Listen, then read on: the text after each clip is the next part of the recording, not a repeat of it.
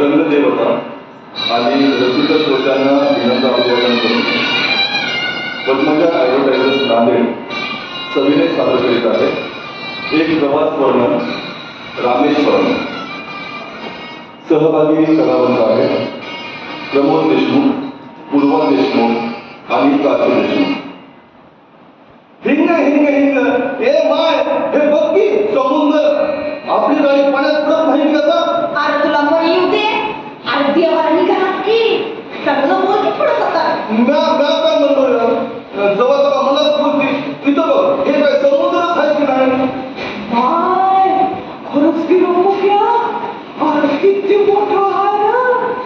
त्याच्यासमोर आपल्या गावाकडची नदी काय बी नाही बघ. आमच्या गंगाखेड येथील साधू महाराज संस्थांची यात्रा रामेश्वरला निघाली होती. हरिभक्तपरायण चैतन्य महाराज कर्नाटकर यांची भागवत कथा 31 मे 2013 पासून सुरू होणार होती. गुरु महाराजांसोबत जाण्यासाठी प्रत्येकजण आतुर होता. नांदेड, हिंगोली, परभणी, बीड, लातूर, औरंगाबाद, यवतमाळ, पुणे या जिल्ह्यातील साधारण 450 शिष्यमंडळी प्रवास करत होती. हा पक्या लातूर जिल्ह्यातील गुंजोटीचा. ना कधी यांनी समुद्र पाहिला ना याच्या मायने.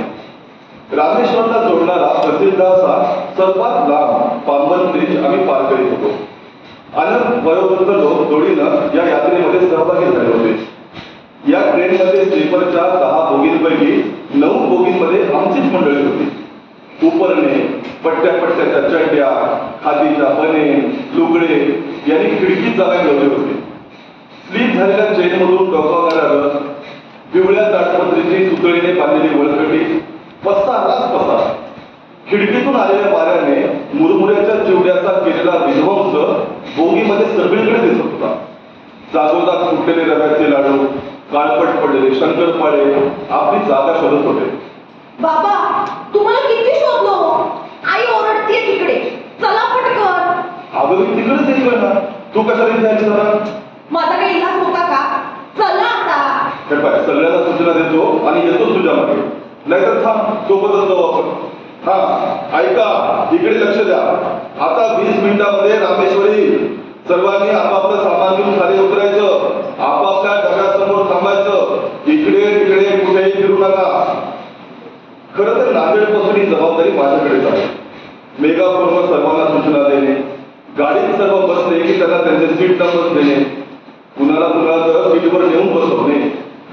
अहो गुंडू महाराज हे वकील साहेब वेगळेच आहेत. कालचे नवत वाटायले.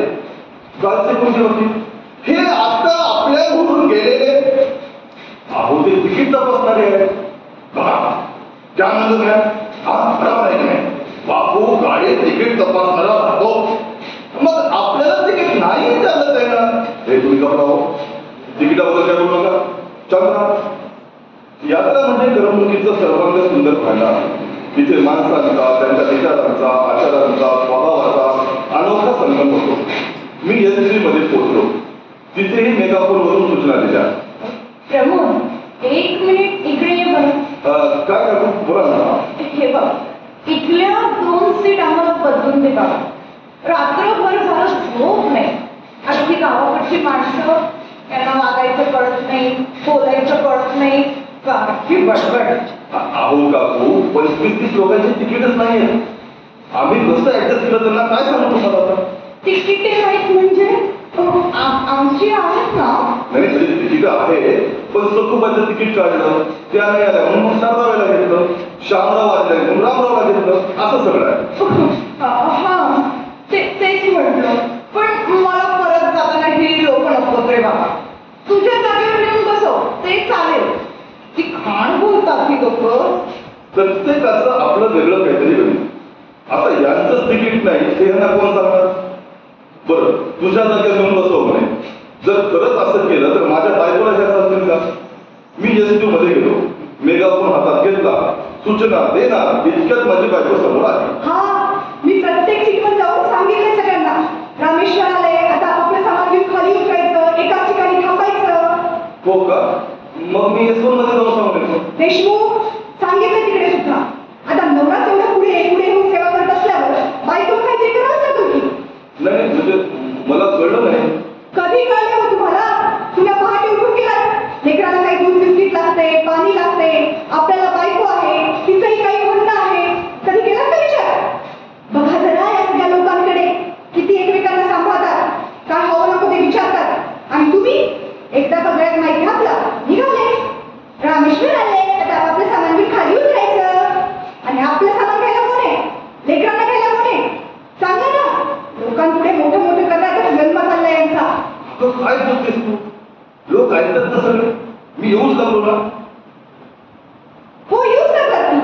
पोरगी 4 टप्पे ओलांडून आली तेव्हा कुठे आला? चला आवरा, घ्या बॅगा, पद्मजाला घ्या, उतरायचंय ना? रामेश्वरम स्टेशन आलं आणि संसाराचा हा भवसागर तरुण आल्यासारखं वाटलं. तिचं काही चूक नव्हतं म्हणा. लोकांना ऍडजस्ट करण्यात रात्रीचे 11 वाजले. ज्यांची तिकीटच नव्हती त्यांना सीट देणं म्हणजे बुद्धिबळापेक्षा भारी. सर्वांना सूचना देऊन मजल दरमजल करीत धर्मशाळेमध्ये आणण्यात आलं. रामेश्वरम मंदिराकडून मंडपमकडे जाणाऱ्या रोडवर उजव्या हाताला एक मोठी पांढऱ्या रंगाची 3 मजली धर्मशाळा होती. रस्त्यावरील भव्य कमान आमचं स्वागत करीत होती. त्यावर तमिळ भाषेमध्ये मोठ्या अक्षरात काहीतरी लिहिलं होतं. हे काय लिहिलं असेल बरं, काय ते कळणार बघा. सुस्वागत दिले जरामध्ये. कथेसाठी धर्मशाळेच्या भव्य पटांगणात वॉटरप्रूफ टेंट उभारला होता. धर्मशाळेला 40 खोल्या होत्या. प्रत्येक खोलीत 10-12 माणसं ऍडजस्ट करायची होती. आमची कमिटी हे काम पाहत होती. अहो, आपल्यासाठी खालची रूम घ्या बरं का. तुम्हाला कामं असतात. काशीची आठवण आहे ना? किती चक्रा झाल्या असतील वर खाली. अगं आपल्याला कसं मागता येईल? आपण एकटे आहोत का? सोबत म्हातारी मंडळी आहे, त्यांची सोय पाहावी लागेल की नाही तुला? पहा, त्यांचीच सोय पहा. ज्याचं करायला जाऊ भलं तुम्हाला तो माझंच खरं. अरे माझं झाली का? आपलंच गुंतवणूक घेऊन माझं झालं नाही. आपण यात्रेला आहोत, कमिटीचे सदस्य आहोत. आपण अगोदर लोकांची सोय करायची, जी शिल्लक राहील ती आपण घ्यायची. घ्या, कोणतीही घ्या, मला काय करायचंय? तिची वाचा खरी ठरली. आम्हा सर्वांना 3ऱ्या मजल्यावरची रूम मिळाली. लगेच मनोज कोमड माझ्याकडे आला. होय ते आपल्याला रूम बदलून मिळालं काय? म्हणजे 3ऱ्या मजल्यावर चढणं उतरणं आवडच आहे. भाऊजी, आपण कमिटीमध्ये आहोत. जी शिल्लक राहील ती रूम आपण घ्यायची. वहिनी आहो, रूम वाटणाऱ्या लोकांना खास रूम कशा मिळतात? पण फक्त नियम आपल्यालाच लागू आहेत ना भाऊजी. म्हणून जाऊ दे यार. आपल्याला त्याचा जन्म करायचा का? 7 दिवसाचा प्रश्न, होईल थोडा त्रास. अरे बाकी लोक आहेतच की 3ऱ्या मजल्यावर. ओ देशमुख, इकडे या बरं जरा. अरे नमस्कार, काय म्हणतात? अहो हे अनिल कुलकर्णी यांचं वय बघा, आमचं वय बघा. आम्हाला आता 2ऱ्या मजल्यावरची रूम दिली. कसं करायचं सांगा बरं. आम्ही करतो व्यवस्था, तुम्ही थांबायचं. माझा बराच वाद झाला. कमिटीच्या काही लोकांनी तळमजल्यावर रूम घेऊन ठेवल्या होत्या. माझ्या दबावाबरोबर काही चाललंच नाही. त्यांनी अनिल कुलकर्णींना तळमजल्यावरची रूम बदलून दिली. आता प्रत्येक जण रामेश्वराचं दर्शन करण्यासाठी उत्सुक होता. दुपार झाली होती. ऊन दिसत होतं, पण आपल्या मराठवाड्यासारखं ओळख नव्हतं. दमट हवामानामुळे अंगाला सारखा घाम येत होता. इकडची लोक लुंगी का वापरतात याचं उत्तर मिळालं होतं. शेवटी आम्ही सर्वजण आंघोळीला निघालो.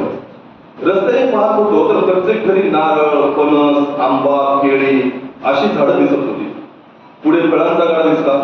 केळी, ऍपल, मोठमोठे टरबूज. पण यातील केळी अगदी आकाराने छोटी बरं का, आपल्या जळगाव नांदेडसारखी नाही. मी फणसाच्या शोधात होतो. थोडं पुढे गेलो की माझी ती सुद्धा इच्छा पूर्ण झाली. फणस दिसताच आमचा मोठा तिकडे वळलाच. काय शोभायलंय? तुम्ही काय आता लहान मुलं बघा की काय? जरा मोठे व्हा. अगोदर आंघोळीला चला. फणस काय खाऊन चालेल का? अगं खाऊ दे की. ए पूर्वा ये, प्राची ये. तुम्हीच खात बसा. 2 गरे खाल्ले आणि मीही तिच्या पाठोपाठ निघालो. रस्ते बारीक पिवळसर वाळूने भरलेले. कुठे कुठे रस्त्यावरील टेबल क्लॉथ डोके वर काढून आमच्या पायांना तसाच देत होते. थोडं पुढे गेलो तर गेरू रंगाच्या 4 भव्य दिव्य कमानी दिसल्या. त्यातून आम्ही आत गेलो. पुरी एकदम खुश. बाबा, समुद्र! ओ किती छान आहे. ए आई चल ना. ओ बाबा चला ना, आपण जाऊ पाण्यात. अतिशय शांत संयमी समुद्र इथेच या अग्नितीर्थावर पाहायला मिळतो. इथे भरती ओढीच्या लाटा नाही, त्यांचा आवाज नाही. अशी कथा सांगतात की जेव्हा प्रभू श्रीराम लंकेला आपल्या वानर सेनेसह निघाले तेव्हा युद्धात विजय व्हावा म्हणून त्यांनी इथे वाळूपासून शस्त्राचं पार्थिव लिंग तयार केलं आणि ध्यान करू लागले. समुद्राच्या लाटांचा आवाज त्यांच्या साधनेत अडथळे लागत होता. तेव्हा प्रभू श्रीराम क्रोधित झाले आणि हे पाहून समुद्र शांत झाला आणि रामाची साधना पूर्ण होऊ शकते. दुसरी कथा अशी सांगतात की रावणाचा वध केल्यावर रामाला ब्रह्महत्येचं पातक लागलं आणि त्यातून मुक्त होण्यासाठी रामाने अग्नितीर्थात स्नान केलं. अशा काही कथा आहे. असो, हा समुद्र शांत आहे आणि फार खोलही नाही. आमची संपूर्ण यात्रा आंघोळीचा पूर्ण आनंद घेत होती. या गर्दीत पक्के होत्या. ये माय काय भारी वाटलं या. लई खोल नाही माय हे बघ डुबुक असं म्हणून त्याने सोडून जो मारला आणि लवकर वर आलाच नाही. माय परेशान झाली. ती इकडे तिकडे पाहू लागली.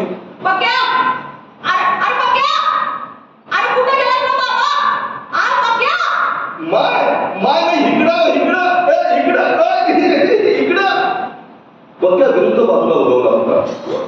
त्याला पाहून त्याच्या मनात आली होता.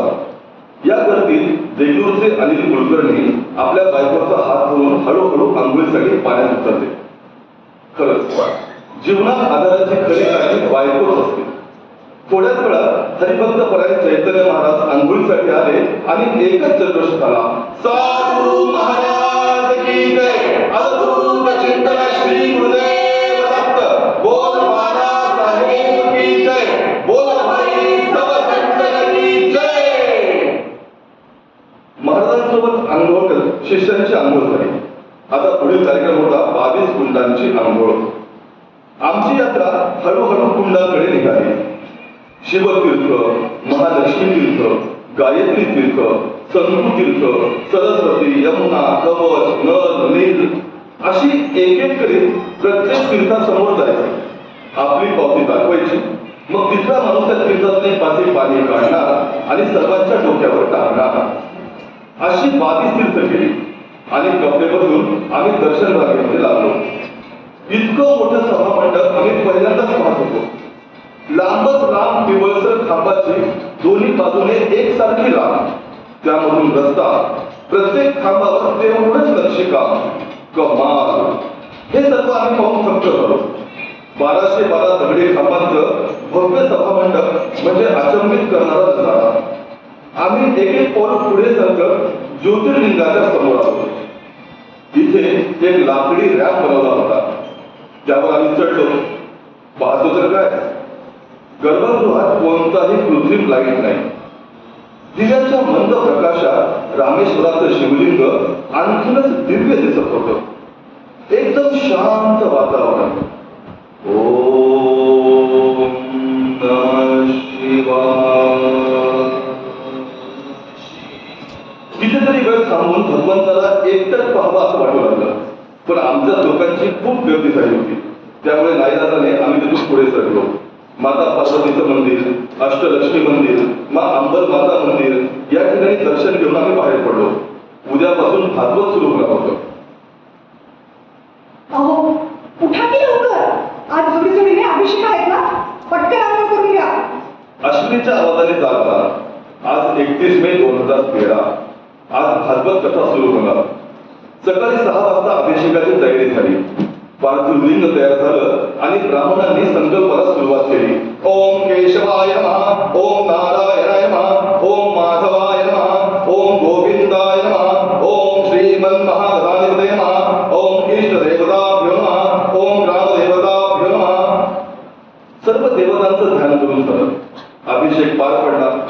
या प्रत्येक वेळी केलेला उपचार इतका भरभरून होता की भगवंताने प्रसन्नच व्हावं. दुपारी 1 वाजता भागवत कथेला सुरुवात झाली. श्री राधे जय राधे. जय श्री कृष्ण बोलो जय राधे. श्री राधे जय राधे. जय श्री कृष्ण बोलो जय राधे. जय श्री कृष्ण बोलो जय राधे. जय श्री कृष्ण बोलो जय राधे. ओ श्री राधे जय राधे. जय श्री कृष्ण बोलो जय राधे. भागवताची निर्मिती श्री नारायणाच्या श्रीमुखातून झाली. पुढे हे पुराण ब्रह्माजींना ऐकायला मिळालं. त्यानंतर मग नारद मुनींना, त्यानंतर महर्षी व्यासांना, मग शुकदेवांना आणि राजा परीक्षितांना. भागवत कथा 7 दिवसांचीच का असते? राजा परीक्षिताला शुकदेवाने 7 दिवसात भागवत महापुराण ऐकवलं आणि राजा परीक्षित मोक्षाला प्राप्त झाला. म्हणून हा 7 दिवसांचा म्हणे. भागवत दिवसातरी बहरत जात होतं. रामसेतू मात्र सर्वांना खुणावत होता. कथा सुरू होण्यापूर्वी रामसेतू पाहून याचं नियोजन केलं. गाड्या बोलवल्या. आमचा प्रवास सुरू झाला. आपला भूभाग संपला की समुद्र सुरू झाला आणि आमच्या गाड्या समुद्रातून वाट काढत पुढे जाऊ लागल्या. जणू काही त्या रामसेतूवरून लंकेकडे जात आहेत. एका बाजूला बंगालचा उपसागर, दुसऱ्या बाजूला हिंद महासागर आणि या दोघांच्या मधोमध रेषेवरून आमच्या गाड्या. चोहीकडे पाणीच पाणी पाहून बहुधा सर्वजण रामेश्वराचा धावा करीत होते. माणसाच्या अपेक्षेची किती गंमत आहे बघा ना. रामाने रावणालाही मारायचं आणि तुम्हालाही चालायचं. तुम्ही मात्र काठावर पोचले की रामाला विसरायचं. देख लिया संसार हमने, देख लिया सब मतलब के यार हमने देख लिया. झूठे नाते झूठे रिश्ते, झूठे नाते झूठे रिश्ते, झूठा है संसार हमने देख लिया. सब मतलब के यार हमने देख लिया. चला आवरा पटकन, झालं भागवत एकदाच. चला लवकर. पूर्वा, कपडे वाळत टाकले घेतले का? घेतले नाही. किती वेळ तेच विचारतेस? उलटा बोलली ओवाड पुढील. बाबा कुठे गेले ते बघ. प्रमोद, इकडे ये ना. तुझ्या लक्षात आहे ना? हो आहे ना काकू. तुम्हाला जागा बदलून पाहिजे. अहो थांबा, मी आताच तुमचं नाव या मध्ये शिफ्ट केले. कुठं आहे? हा सापडला बघा. हळदेकरांच्या सोबत दिले तुम्हाला. हो, छान झालं. सगळ्यांची तयारी सुरू झाली. प्रत्येक जण आपापलं सामान घेऊन खाली उतरत होते. काय हो, सासूबाईचा ताप कमी झाला की नाही? ताप हाताना आणल्यावर कसा काय कमी होईल मग? म्हणजे मी म्हणलं, हो म्हातारपणात आपल्याला प्रवास झेपत नाही. घरी जा तर बाई फुगून बसली 4 दिवस. ही दान पडली ताप. बरं नुसतं पडून तर राहते का? माझे पाय दाब, माझं डोकं दाब, माझं हे दाब, माझं ते दाब. सगळे मग फिरून आले. पण या म्हातारीनं मला कुठं कुठं म्हणून हलू दिलं नाही बघा. जाऊ द्या हो, या सासरा असतात तशा. मस्ती बहिणा देवबरं नाही. इकडे कृष्णा दुर्गेश पाटील यांना ऑटोच्या व्यवस्थेची जबाबदारी दिली होती. ती त्यांनी व्यवस्थित पार पाडली. एक एक करीत ऑटो स्टेशनच्या दिशेने निघाले. बाबा, आईने बोलवलंय. हा बोलवलं का? हा बोल, काय म्हणत होतीस? अहो त्या अरुण कुलकर्णींचं काय हो? त्यांना सीट नाहीत का? येतानाही त्रास झाला म्हणजे त्यांना. ते इनामदार काका खूप ओढत आहेत. अगं त्यांचे तिकीटच नाही येतं. त्यांना येताना कसं ऍडजस्ट केलं तसं जाताना करायचं. म्हणजे अजून तुम्ही सीट दिली नाही? अगं एकाच ठिकाणी तर 6 सीट कुठून देऊ सांग. आपलं द्यायचे नाही का? नाहीतर करता तर हरिश्चंद्राचा सावकार आहे तुमचा. येताना लेकरं बिचारी सीट असून खाली सतरंजीवर झोपले होते माझे. 2दा लेकरू दचकून उठलं. का? मी तर चांगला अंतर करून दिलं होतं. हो पण उंदरांचं काय? उंदर गाडीत होती. तुमचं लक्ष कुठं असतं हो?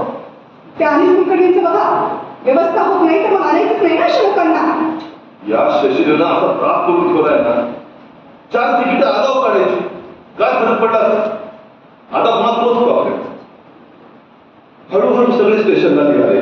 पोहोचले सुद्धा. बरोबर 4:20 रामेश्वर तिरुपती गाडीने स्टेशन सोडलं. पांबन ब्रिज पार करताना मावळतीकडे झोपलेल्या सूर्याची ती केशरी किरणे समुद्राला नवरूप देत होती. अनिल कुलकर्णी फॅमिलीला गुंजोटीच्या एकत्र असलेल्या 6 जागा मिळाल्या. सगळ्या डब्यात मी, कृष्णा, दुर्गेश पाटील, शशिकांत जातीने लक्ष देत होतो. तरीही सगळं स्थिरस्थावर व्हायला साधारण रात्रीचे 12:30 झाले. मी माझ्या सीटजवळ आलो. आज पोरी आपापल्या सीटवर मस्त झोपल्या होत्या. मग मीही पाठ कवी. भोजी, हो भोजी, उठा ना. हा बोल ना कृष्णा. काय म्हणतो? अहो त्या अनिल कुलकर्णींना ताप आलाय. तुम्ही एकदा येऊन पाहा ना. अरे मग त्याला पॅरासिटामॉलची गोळी देणार आहे. ताप कमी होईल. अहो रात्रीच गोळी दिली म्हणे तरी ताप तसाच आहे. काय झालं रे? काही त्या अनिल कुलकर्णींना खूप ताप आलाय. अहो उठा बरं पटकन. जा जाऊन बघा. पोरं घाबरतात हो. काय कटकट आहे. नीट झोपू सुद्धा देत नाही. मोबाईलवर पाहिलं तर रात्रीचे 3 वाजता. आम्ही 5 डबे ओलांडून ते 8 मध्ये पोहोचलो. अनिल कुलकर्णी आणि काकू दोघेच पुन्हा तरी मदतीची वाट पाहत होते. खूप वेळापासून ना त्यांना लग्नीला जायचं, पण एकट्याला जाता येत नाही. तुम्ही घेऊन जा ना. आहो काकू, येतो ना आम्ही. मी त्यांच्या कपाळावर हात ठेवला. खूप ताप होता. कृष्णाने एका बाजूला उठवत होता तर ती दुसऱ्या बाजूने. 6 फूट उंचीचा 100 किलो वजनाचा गोरा पानगडी तापाने फणफणला होता. आम्ही हळूहळू त्यांना वॉशरूमकडे घेऊन गेलो. वॉशरूमचा दरवाजा उघडला, पण ते मध्ये कसे जाणार? मग मीच पुढाकारी घेऊन त्याला आत नेलं. त्यांची बरमुडा मीच काढली. मग त्यांनी सुरू केली आणि परत ती बरमुडा मीच पाडली. गाडीचा वेग चांगलाच होता, त्यामुळे गाडी मध्येच हेलकावे खात होती. मी त्यांना पडून देण्याचा प्रयत्न करत होतो. ते देगलूर येथील मायादेव प्रभू मंदिराचे पुजारी. त्यांनी पायावर पाणी घेतलं, चूळ भरली. माझ्याकडे त्यांनी हसत हसत पाहिलं. परत आम्ही त्यांना हळूहळू सीट जवळ घेऊन आलो. काकूंना तांब्याची गोळी मागितली, त्यांनी ती दिली. त्यांना सीटवर झोपवलं आणि परत आम्ही आमच्या जागेवर झोपलो. कधी झोप लागली हे कळलंच नाही. मध्येच पुन्हा कृष्णाचा आवाज कानावर पडला. भाऊजी, ओ भाऊजी, उठा ना. बोल ना कृष्णा, आलं का तिरुपती? हो, तिरुपती आलं. ते अनिल कुलकर्णी काहीच बोलत नाही. तुम्ही चला नाही का? अरे आत्ताच आपण जाऊन आलो ना. मग त्याची तब्येत बिघडली. हो, काय सांगतो? चल बरं. मी कृष्णासोबत घेऊन 5 डबेवर आणून पुन्हा पोहोचलो. कुलकर्णी काका झोपलेले होते. काकू जाग्यात होत्या. काय म्हणते काकू काकांचं? थोडं पाणीच मागितलं होतं मला. मी आताच दिलंय. झोपले. मी कृष्णाकडे पाहिलं. कृष्णाने मला दरवाजाकडे येण्याची खूण केली. अरे ते छान झोपलेत ना कृष्णा. हो, लक्ष देऊन पाहणार, त्यांची काहीच चिंता दिसत नाही. मी लगेच धावलो. कुलकर्णी काकांकडे लक्ष देऊन पाहू लागलो, पण तसं काही दिसत नव्हतं. गाडीची स्पीड खूप असल्याने गाडी सारखी हलत होती. काहीच लक्षात येत नव्हतं. काकूंकडे पाहिलं तर त्या डाव्या अंगावर वळून झोपल्या होत्या. मी नाकाजवळ हात नेऊन पाहिला. श्वास बंद झाला होता. मी आत्ताच काही वेळापूर्वी त्या माणसाला बाथरूमला नेऊन आणलं यावर माझाच विश्वास बसत नव्हता. भाऊजी, त्या काकूला सांगायचं कसं? त्याला काहीच माहित नाही. अरे ते सोड, त्यांच्या नावाचं तिकीटच नाही आपल्याकडे. हे गेले टीटीला कळलं तर पुढच्या स्टेशनवर ट्रेन थांबून बॉडी उतरवतील. आता 4:30 वाजले, म्हणजे तिरुपती याला अजून 6:30 तास लागतील. इतका काही बातमी लपवून अवघड आहे याला. तू काय कर, आपल्या भंजी मंडळ जमा कर. मी इनामदार काकांना उठवतो. ओ इनामदार काका, ओ इनामदार काका. काय? अहो उठा की जरा, खाली या. अहो एवढ्या रात्री काय झालं? काय झालं? नाही, काही नाही. ते काकाला थोडं बोलायचं होतं. काका खाली या ना जरा. इनामदार काका भेटून बसून खाली आले. आम्ही त्याला बाथरूमकडे चला म्हटलं. अहो कुलकर्णी काका नाही झाले होते. अहो काही काय, ते तर माझ्या खालीच झोपले. चला ना दाखवतो. अहो तसं नाही, ते वाढले होते. काय काय काय सांगता? अरे देवा देवा, अरे अरे काय केलं देवा? अरे रडू नका. त्या काकूला सांगायचं आहे, रडू नका. कुणाला कळलं तर त्यांचं प्रेत इथे उचलून टाकते आणि मग आपली परपट होईल. त्यामुळे आपल्याला तिरुपतीपर्यंत संयम ठेवावा लागेल. इनामदार काकांनी सीटवर जवळ जाऊन खूप वेळ लक्ष देऊन पाहिलं आणि जड पोराने ते परत केले. माझे सख्खे मेवणे होते. अहो ते कधीच कुठे येत नाहीत फिरायला. मी आले मेला म्हणून ते आले. हो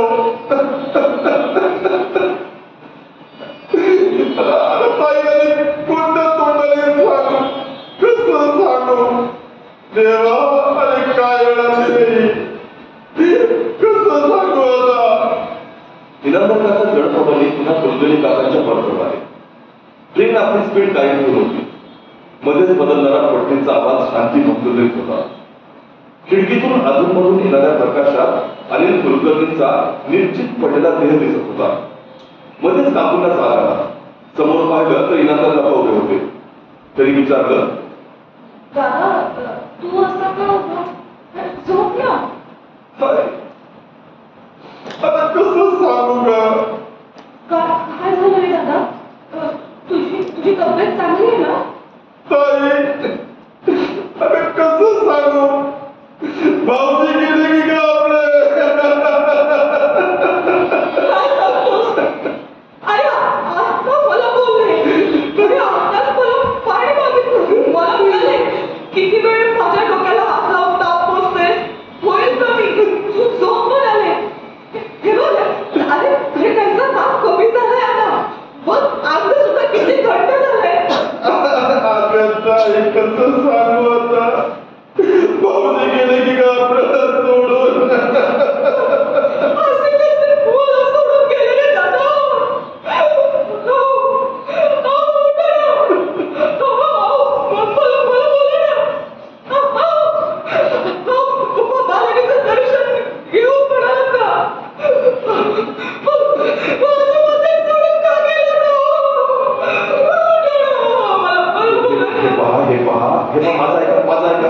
माझा ऐका, काळजावर दगड ठेवा, तिरुपतीपर्यंत आवाज करू नका, रडू नका. अहो टीटीला कळलं तर आपल्याला इथे सुधरून टाकतील, आपली फार बेजारी होईल. भजनी मंडळ जमा असतं आणि त्यांनी भजन सुरू केलं. काळ आला जीव गेला देह राहिला, काळ आला जीव गेला देह राहिला, सांगा सोहळा सुखाचा कुणी पाहिला, सांगा सोहळा सुखाचा कुणी पाहिला. काळ आला जीव गेला देह राहिला. कुलकर्णी काकांच्या मुलांचे नंबर होते, त्यांना फोन केला. अहो दादा, अहो तिरुपतीला पोहोचायला साधारण 6 तास आणि तिथून दिल्ली म्हणजे 8 तास.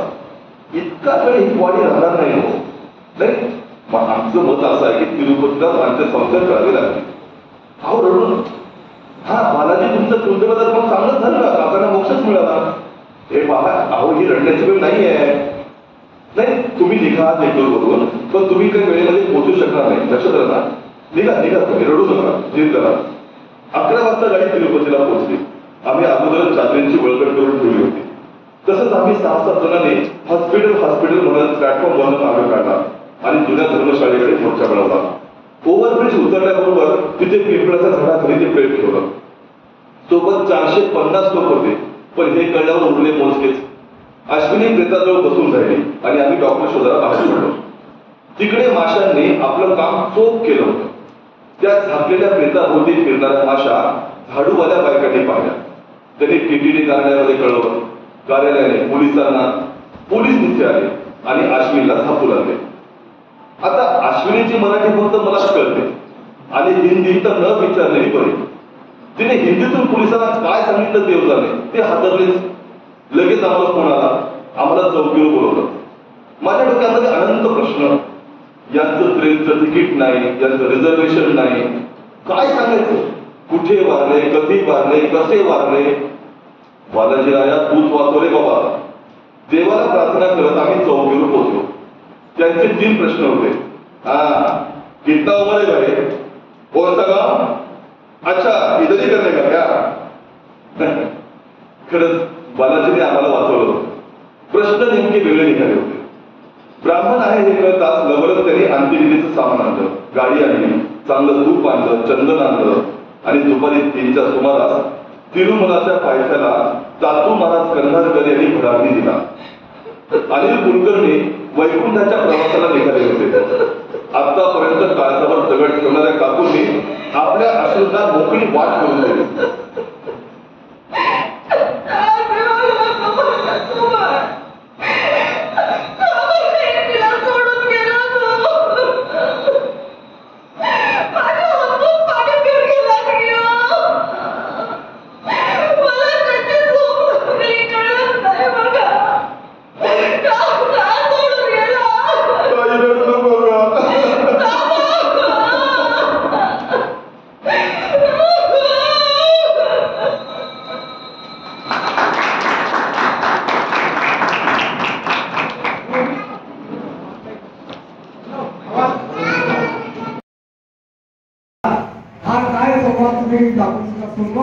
आपत्ती झाली, शेवट गोड होणार नाही नक्की. आणि फटकत जायचं, फटकत नवऱ्याची अटकत. सुंदरसा कार्यक्रम मुलींना बोलायची इच्छा आहे. बोला. आणि आम्हाला गावाकडे माणसं भेटली तुमच्या गावाकडे. मी वेळेत असून कधी या पेटला गेले मला अशी आम्हाला माझ्या कधी जाणार नाही. धन्यवाद. या संवादातील हावभाव उत्कृष्ट होते. तुम्ही 2 पेक्षा अधिक पात्र सादर केले, ते खूप छान होते. आवाजाचा रोध तुमचा खूप छान होता. तुमची भाषा शैली खूप छान होती. असं वाटत होतं की आम्ही खरंच रेल्वेमधून प्रवास करतोय की काय, आम्ही खरंच रामेश्वरमला गेलोय. तो समुद्र पाहून तुमचे जे एक्सप्रेशन होते ते खूप उत्कृष्ट पद्धतीचे होते. ते पक्याचे पात्र मला खूप आवडले. रामेश्वरमचा प्रवास खूप छान होता. नमस्कार, माझे नाव रिया भूषण पाटील. मी डॉक्टर काकासाहेब पूर्णपात्र माध्यमिक विद्यालयाचे विद्यार्थी. रामेश्वरम हे प्रवास वर्णन अतिशय उत्तमरित्या तुम्ही सादर केलं. तुमच्या आवाजाचा चढ-उतार, देहबोली, रोग अतिशय उत्तमरित्या तुम्ही सादर केले. असे वाटत होते की मी खरंच रामेश्वरमचा प्रवास करत आहे आणि तुम्ही माझ्यासमोर हा संवाद सादर करत आहात. आणि खरंच असं वाटत होतं की तुम्ही रिअलमध्ये रडत आहात. तुम्ही हे गाणे देखील गोड आवाजात म्हणले. धन्यवाद. अतिशय उत्तम.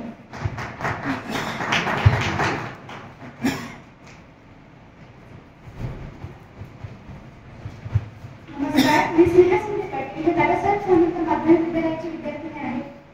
खरंच तुमचं अभिनय इतकं उत्कृष्ट होतं की तुम्ही जे जे सादर करत होता ते खरंच माझ्या डोळ्यासमोर असं मला फार जात होतं. तुमचं चढ उतार, तुमची भाषा, नंतर तुम्ही ज्यावेळेस रडत होता, भाऊ बहीण, ते असं वाटत होतं की खरंच ग्रामीण भागातल्या एखाद्या घरी कोणी वाढलं तुम्ही रडतात ना, खरंच तुम्ही सादर करत होता. आणि तुमचे चेहऱ्यावरचे एक्सप्रेशन, तुमची भाषा, ते खरंच ब्रिलियंट होतं. मी खरंच तुम्हाला खूप एक्सपिरियन्स आहे. असं वाटत होतं की तुम्ही आजपर्यंत कमीत कमी 20-25 कडे अभिभाषण केलेच आहे. तुम्हाला हवा एक प्रश्न करायचा. यावर्षी प्रवास करणं हा विषय आहे का? कारण आतापर्यंत 7 ते 8 प्रवास झाले. आत्ताचे विषय हे 2 आहेत की विरोधी साहित्य, नर्मविरोध ते खगा, ठीक आहे, आणि प्रवास करणं, ते 2. आणि तो प्रश्न पडला तुम्हाला कारण आणि सगळं तेच 7 ते 8 प्रवास करून सादर करायला आपण साधारणपणे दर वर्षाला 2 किलोमीटर जाऊन देतो. त्याच्यातून काहीतरी एक्सप्लोर करायचे गेल्या वेळेला पूरकथा आणि व्यक्तिचित्र.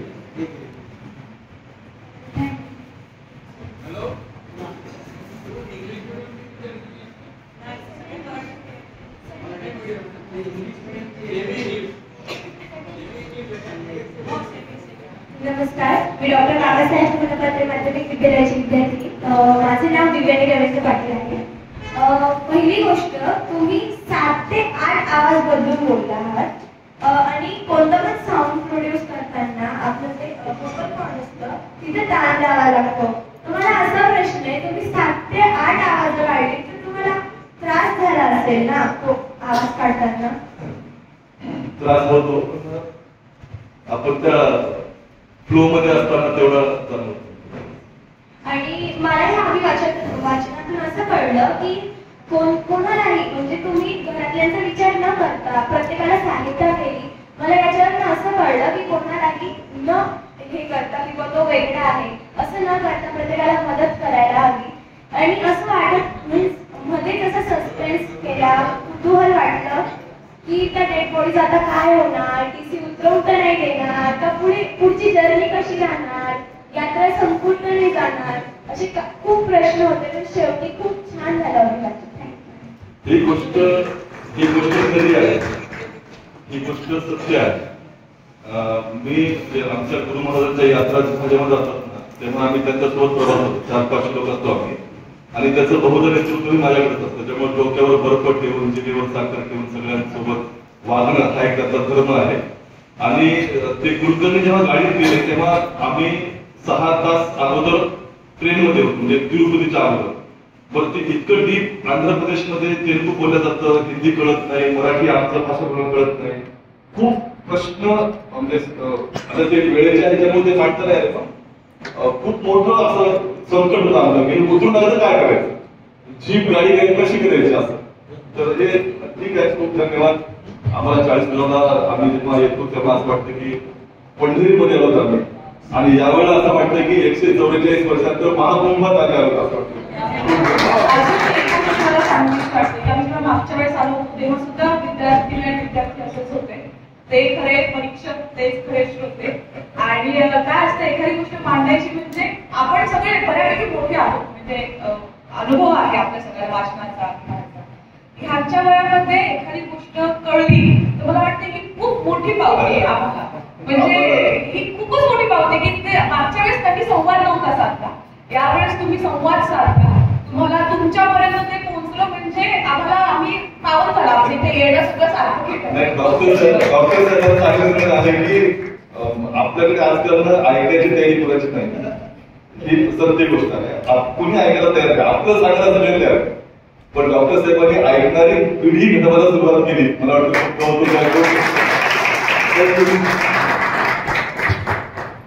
अर्थात एकच मला सांगायचंय, इथे एक म्हणजे प्रमोद देशमुख एक या दोघींचे वडील आहेत, त्या दोघी सख्या बहिणी आहेत, आणि नातं असताना बायको काय, सासू काय, म्हणजे सर्व तऱ्हेची नाती ते एकमेकाशी सांभाळत होते. महत्वाचं वाटतं.